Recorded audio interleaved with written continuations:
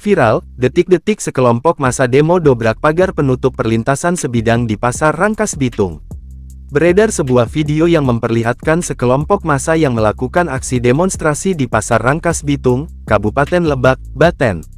Di dalam video itu, tampak kerumunan massa itu membongkar paksa perlintasan sebidang di pasar tersebut. Massa mendobrak pagar setelah beberapa kali melakukan aksi demo menuntut perlintasan kembali dibuka karena berimbas sepinya pelanggan yang melintas di Jalan RT Hardiwinangun dan Ki Maklum.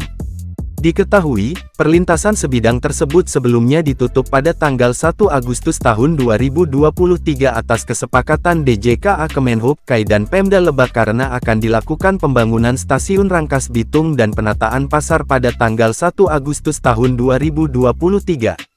Melansir Kompas.com, alasan penutupan pelintasan sebidang tersebut dilakukan untuk kemudahan integrasi penumpang yang sejalan dengan pembangunan stasiun Rangkas Bitung. Direktur Keselamatan Direktorat Jenderal Perkeretaapian, DJKA Kemenhub Ernie Basri mengatakan, pelintasan itu akan ditutup permanen.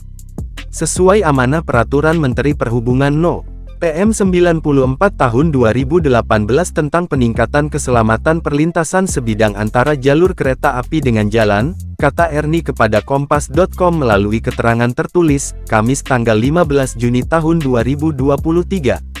Pelintasan sebidang yang ditutup adalah akses yang menghubungkan Jalan Tirtayasa dan Jalan RT Hardiwinangun, Ki Maklum di Pasar Rangkas Bitung.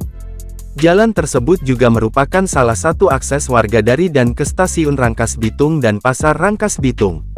Untuk mengakomodasi pejalan kaki, Ernie mengatakan, pihaknya akan membangun jembatan penyeberangan orang (JPO) yang menghubungkan antara pejalan kaki dari arah selatan ke utara menuju pasar.